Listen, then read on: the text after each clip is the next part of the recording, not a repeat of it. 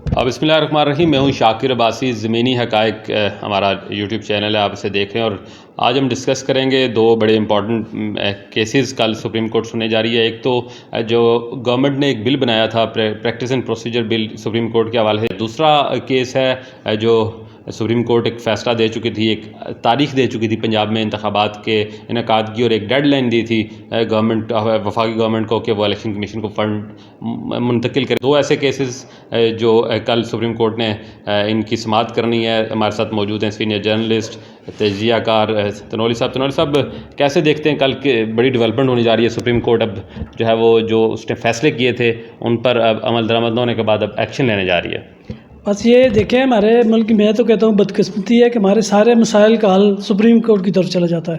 जो पार्लियामेंट में हल होना होता है वो भी उधर चल जाता है, जो सियासी तौर पे हल कर सकते हैं वो भी सुप्रीम कोर्ट चला जाता है। अब सुप्रीम कोर्ट में एक नए सिरे से जो बिल गया है, ये जो पास किया था, पार्लियामेंट ने पास किया था, प्रैक्टिस एंड प्रोसीजर बिल, तो वो बुनियादी तौर पर अदालती इस्लाहत हैं, जिसमें आज खुद नोटिस का अख्तियार ख़त्म किया गया है। और वो अख्तियार सिर्फ एक चीफ जस्टिस का होता था, अब उन्होंने 3 सीनियर 3 जजेस का रख लिया है। अब इस पर कानून साजी हो चुकी है। उस पर पहले कौमी असम्बली ने पास किया, उसके बाद सेनेट से भी पास करके भेज दिया, सदर ने उसे दोबारा वापस कर दिया। अब पार्लियामेंट के मुश्तरका इजलास में उसे दोबारा पास किया, और अब सदर के पास थे 10 दिनों में वो दस्तखत करते हैं तो ठीक है, नहीं करते तो फिर उसके बाद वो उसने बन जाना है, कानून बन जाना है। तो अब इससे पहले कि ये दस्तखत का मामला हल होता या वो दस्तखत करते वो इनके हाथ से निकलता, अब मामला सुप्रीम कोर्ट चला गया है। अब सूरत हाल ये लग रही है कि लगता इस तरह है, बाज़ाहिर इस तरह लगता है कि अब इससे पहले कि वो कानून बने, सदर दस्तखत करें, 10 दिन का टाइम पूरा हो, सुप्रीम कोर्ट उसे उड़ा देगी। अगर ऐसा हुआ तो फिर एक नई तारीख न सिर्फ रकम होगी, बल्कि पाकिस्तान में एक नई माजरा शुरू हो जाएगी।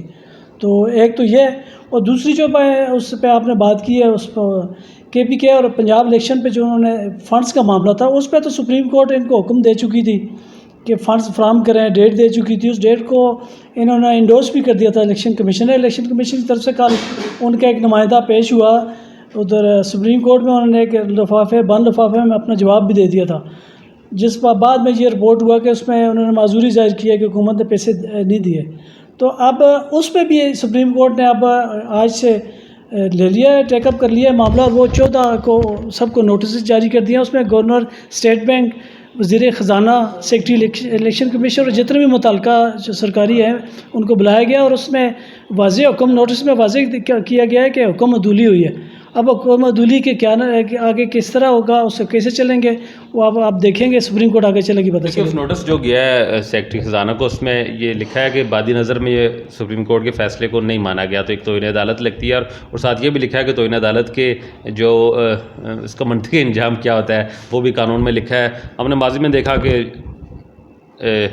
यूसुफ रज़ा गिलानी इसी तरह सुप्रीम कोर्ट का फ़ैसला ना मानने पर नायल हुए। गुज़िश्ता रोज़ आज़ाद कश्मीर से भी ऐसी एक मिसाल आई जहाँ सरदार तनवीर इलियास को डिस्क्वालीफाई किया वहाँ के हाई कोर्ट ने। तो ये चीज़ें सामने रखते हुए शहबाज शरीफ की गवर्नमेंट की जानिब से ये हटदर्मी या ये दीदा दिलेरी, आप इसको कैसे देखते हैं? ये क्या वजह हो सकती है इसकी? दो चीज़ें हैं। आप एक जो उसकी कह रहे हैं ना कि बादियो नज़र में, बादियो नज़र अभी तो चूँकि नोटिस जारी हुआ था, नोटिस में तो अभी इसी तरह की ज़बान होगी।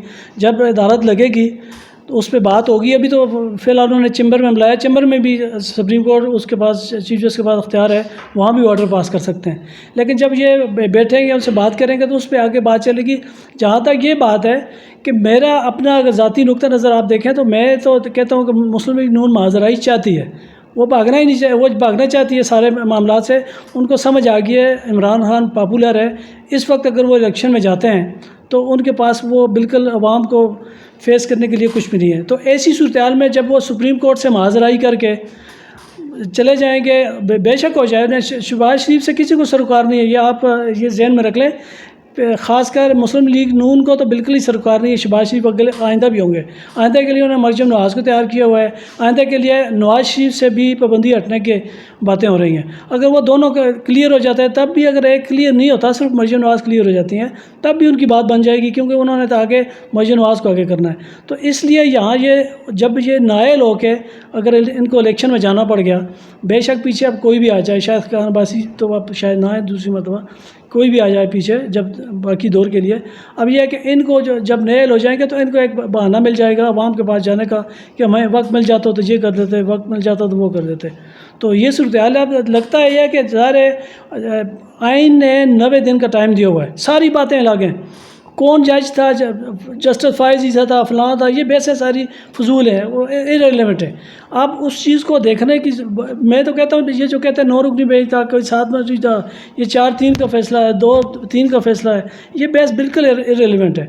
असल बात है 90 दिन में इलेक्शन करवाना। आइन क्या फैसला है कि सुप्रीम कोर्ट का एक हुक्म है और आपको उसको मानना है, मानना आइन है। आइन कह रहा है आपको। अब एक आइडियल सिचुएशन में चले जाते हैं कि सुप्रीम कोर्ट शहबाज शरीफ को नायल कर देता है, नया वज़ीर आज़म नहीं आता, या जो नया वज़ीर आज़म उनके मुकाबले में उसके बाद आता है वो असम्बलियाँ भी तोड़ देता है और इलेक्शन की तरफ चले जाते हैं, मान भी लिया जाता है इमरान खान का मुतालबा।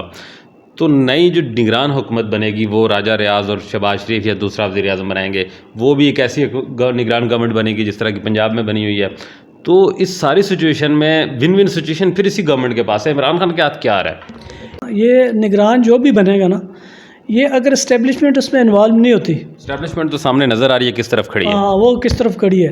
तो एक सूरत ये भी थी कि जब पंजाब की आप मिसाल देते हैं, पंजाब में ये हुआ है कि ये मरकज़ में ऑलरेडी राना सनाउल्लाह, मर्चेंट नवाज़, इनकी सारी इन्फ्लुएंस है खासा, तो उसको लेके फिर निगरान गवर्नमेंट को उन्होंने चूँकि चुना है, वैसे मतलब उस तरह तो नहीं रखा, ज़ाहिर उसमें आसिफ ज़रदारी साहब की भी शामिल थी, राय शामिल थी, तो उन्होंने तो अपनी मर्ज़ी से रखा था, वो अपनी मर्ज़ी से फैसले करवा रहे हैं। लेकिन मुझे नहीं लगता कि मरकज़ में जो इस तरह की निगरान गवर्नमेंट उन्हें कोई इस तरह का बंदा मिल सकेगा, क्योंकि मरकज़ में भी जब पंजाब में जब वो कर रहे हैं ना एक तरफा नहीं मिल सकेगा, तो उन्होंने दोनों ने, शहबाज शरीफ ने या आसिफ जरदारी ने अपनी मर्ज़ी का, राजा रियाज ने तो वहाँ कोई मज़ामत नहीं करनी ना, अपोजिशन लीडर कानून के मुताबिक तो वही हैं, तो उनकी जो मशावरत से एक ऐसी सेटअप ले आते हैं।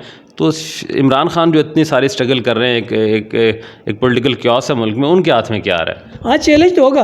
ये अब तक की सारी सूरत हाल में अगर देखें ना, तो सारी नालायकी तो इमरान खान साहब की है। इमरान साहब के गलत फैसलों की वजह से सब कुछ हुआ है। इमरान खान साहब कौमी असम्बली से निकल गए, वो एक बड़ा गलत फैसला था, आपने मुकाबला करना था, उधर करना था।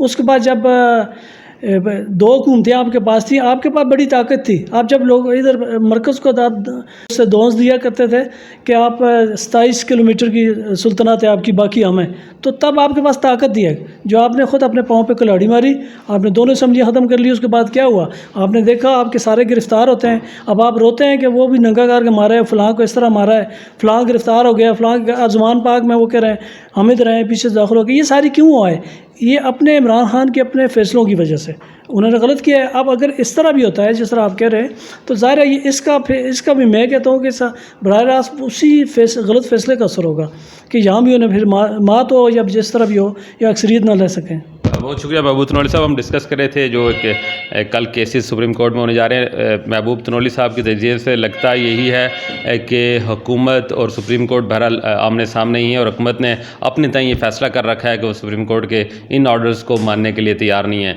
अब उसका इवेंचुअली उसका जो है वो ये ऊँट किस करवट बैठता है, सुप्रीम कोर्ट से शहबाज शरीफ की नाअहली की तरफ जाता है, या कोई मीडिएशन करके इस्टेब्लिशमेंट इसका कोई बेहतर हल निकालती है, ये अब कल की समात के बाद ही पता चलेगा। ज़मीनी हक़ाइक़ का यूट्यूब चैनल, इसे सब्सक्राइब करिए, देखते रहिए, और हम कोशिश करेंगे कि आपको जो भी पॉलिटिकल डेवलपमेंट है उस पर ऐसे तेज़ी आप तक पहुँचाएँ जो आपको टीवी चैनल्स या दीगर फोरम से नहीं मिलते। बहुत शुक्रिया।